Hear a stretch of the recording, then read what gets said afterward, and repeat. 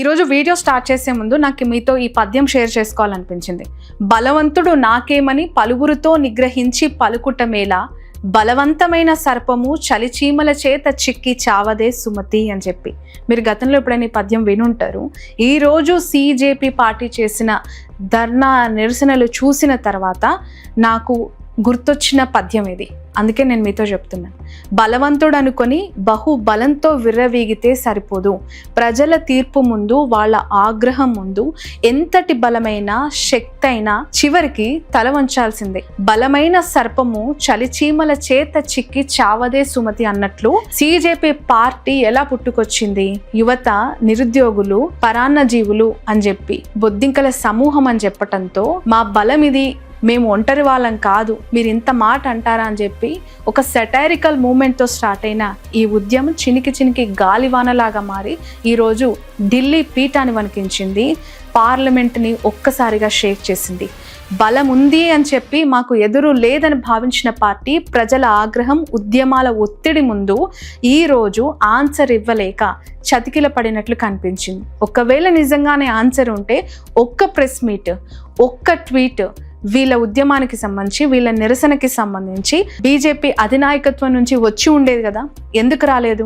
ధర్మేంద్ర ప్రధాన్ రాజీనామా చేయాలని డిమాండ్ చేశారు, దానికి సంబంధించి క్లారిటీ లేదు. నీట్కి సంబంధించి బాధ్యత ఎవరైనా తీసుకోవాలని కోరారు, దానికి క్లారిటీ లేదు. ఇలా ప్రతి క్వశ్చన్కి ఆన్సర్ లేక సైలెంట్ అయ్యారు. ఇది దేనికి సంకేతం? మౌనం దేనికి సంకేతం అని ప్రశ్నిస్తున్న వాళ్ళకి ఆన్సర్ ఇచ్చేది ఎవరు? దేశం నడిబొడ్డున యూత్ కథం తొక్కితే పార్లమెంటు వణికిపోయింది. ఢిల్లీ వీధులన్నీ దద్దరిల్లిపోయాయి. పార్టీల జెండాలు లేవు అక్కడ. పొలిటికల్ ఎజెండాలు అస్సలు కనిపించలేదు. బిర్యానీ ప్యాకెట్లు, మందు సీసాల కోసం ఎవ్వరూ రాలేదు. స్వచ్ఛందంగా కదిలొచ్చిన థౌజండ్స్ ఆఫ్ యూత్ మాత్రమే అక్కడ గ్యాదర్ అయ్యి నిరసనలతో హోరెత్తించారు. నాకు తెలిసి మోదీ అధికారంలోకి వచ్చిన 12 ఏళ్ల తర్వాత మోదీ ప్రభుత్వ పరిపాలనలో జరిగిన అతిపెద్ద ప్రొటెస్ట్ ఇదే. సిజేపీ కండక్ట్ చేసిన చలో సంసద్ అనుకున్న దానికంటే డబుల్ సక్సెస్ అయింది. అన్ని వర్గాల నుంచి, అన్ని రాష్ట్రాల నుంచి అనేక మంది స్వచ్ఛందంగా వచ్చి ఈ ప్రొటెస్ట్లో పాల్గొన్నారు.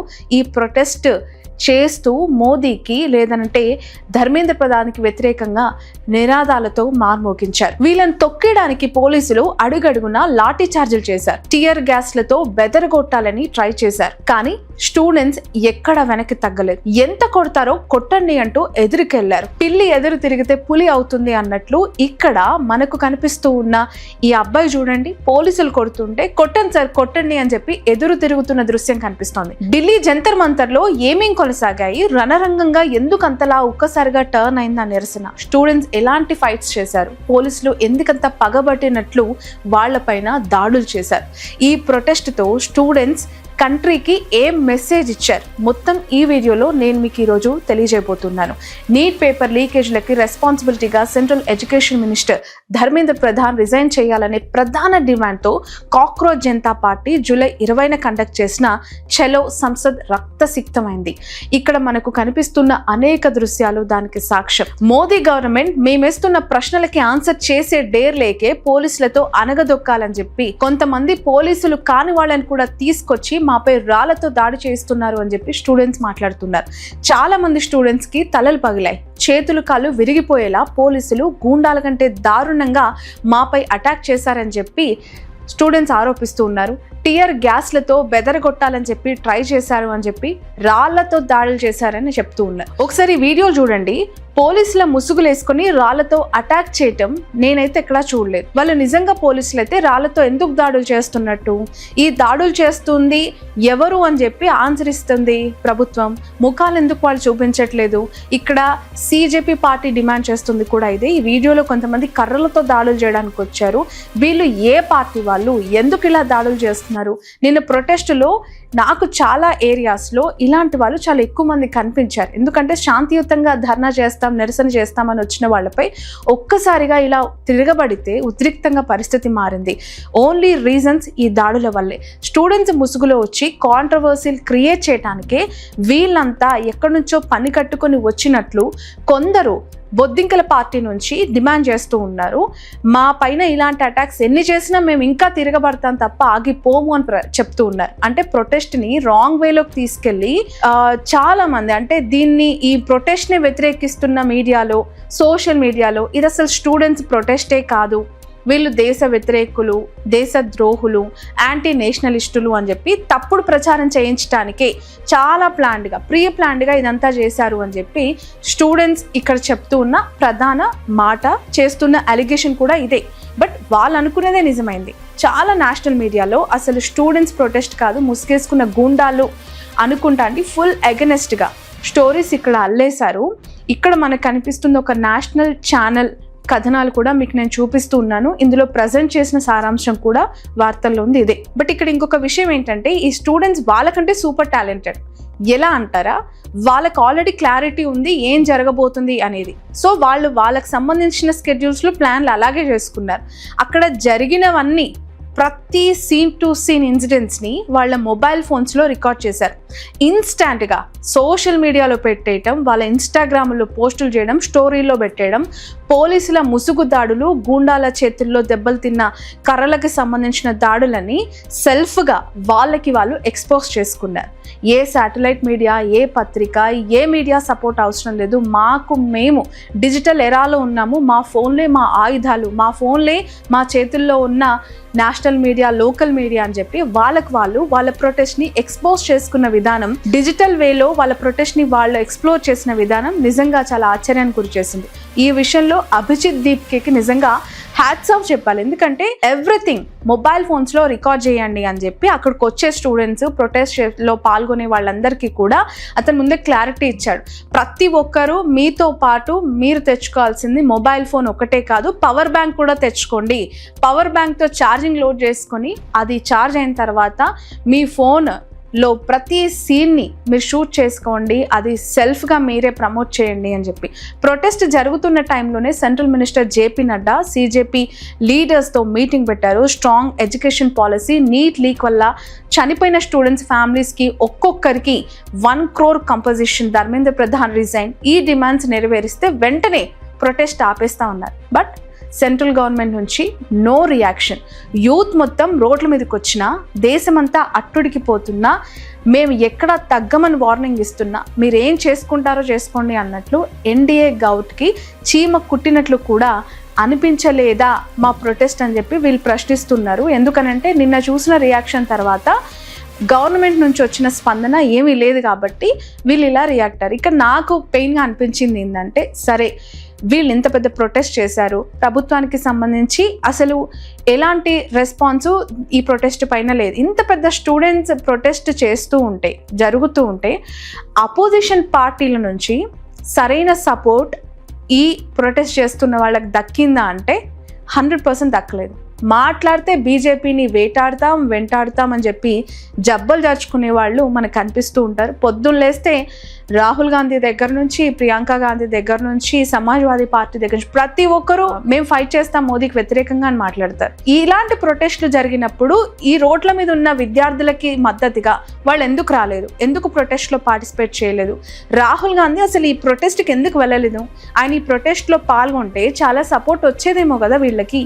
మిగిలిన అపోజిషన్ లీడర్లు కూడా ఎవరు అటెండ్ కాలేదు, జస్ట్ ఎక్స్లో అలా ట్వీట్ పెట్టారు, చేతులు దులిపేసుకున్నారు. ఇలాంటి అపోజిషన్ ఉండటం వల్లనే బీజేపీ ఇంకా స్ట్రాంగ్ అవుతుందేమో, ఇంకా అధికారంలో మేముంటామని ధీమాతో కొనసాగుతుందేమో అనిపిస్తుంది. ఎందుకంటే అపోజిషన్కి ఇంతకు మించిన బెస్ట్ ఛాన్స్ నాకు తెలిసి ఎప్పటికీ రాదు.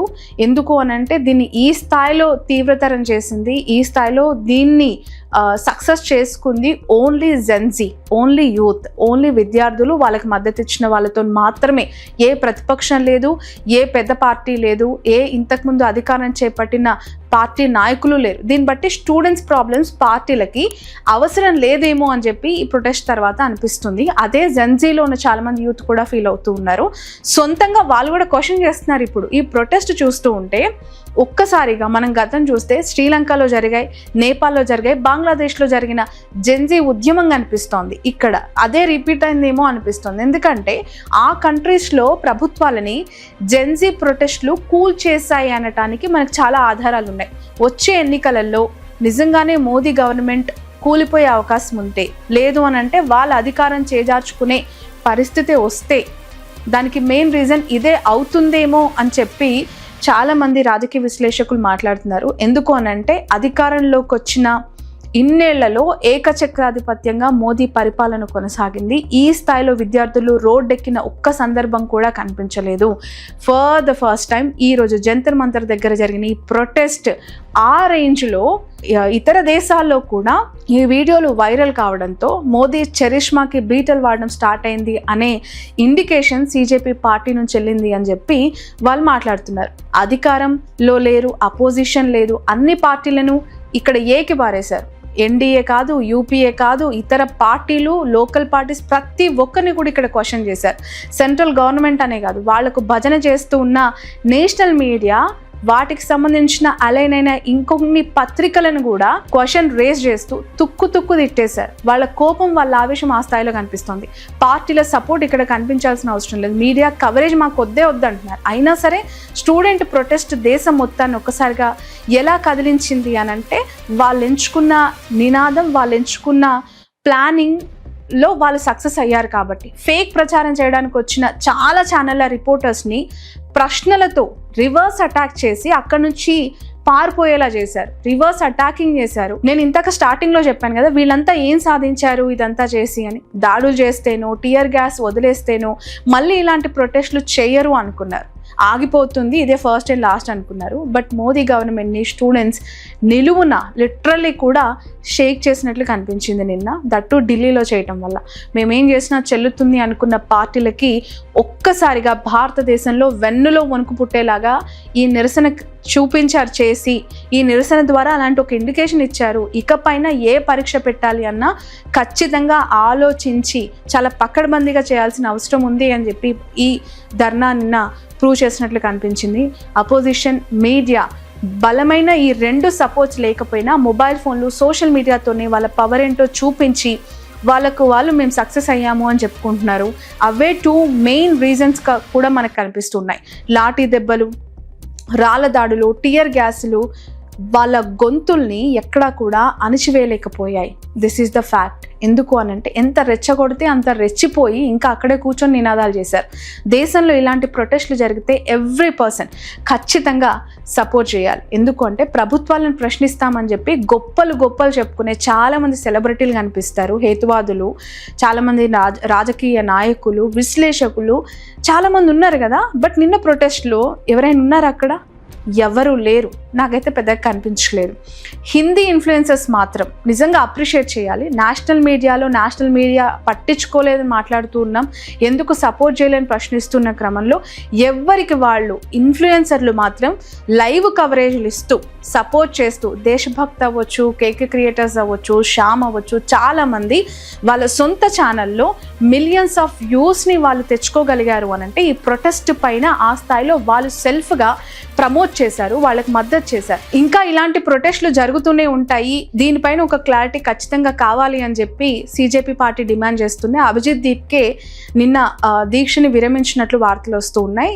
ఇంకా వీళ్ళ ప్రొటెస్ట్లు ఏ విధంగా ఉండబోతున్నాయి, వీళ్ళ ఫ్యూచర్ ప్రోగ్రామ్స్ ఎట్లా స్కెడ్యూల్ చేయబోతున్నారు అనేది మనం చూడాలి. బట్ ఇలాంటి ప్రొటెస్ట్లకి సంబంధించి యూత్ అంతా ఒక్కసారిగా ఇలా జంతర్ మంతర్ దగ్గర చేసిన నిరసనలు, ఆ దాడులు, ఆ దెబ్బలు, లాఠీ దెబ్బలకి సంబంధించి వాళ్ళు పడిన స్ట్రగుల్స్ పైన మీ ఒపీనియన్ ఏంటి కింద కమెంట్ బాక్స్లో ఖచ్చితంగా మెన్షన్ చేయండి. ఇలా మనం ఎదురు తిరిగినప్పుడే న్యాయం జరుగుతుందా, లేదు శాంతియుతంగా క్వశ్చన్ చేస్తూ వాళ్ళ అధికారంలో ఉన్నారు, ఓటు రూపంలో మళ్ళీ ఎలక్షన్స్ వచ్చినప్పుడు మనం కోపాన్ని, మన ఆవేశాన్ని ఓటు రూపంలో చూపిద్దామని చెప్పి సైలెంట్గా ఉండిపోవడం బెటర్ అంటారా? What is your comment? ఖచ్చితంగా మెన్షన్ చేయండి. ప్రతి కమెంట్ని నేను చదువుతాను.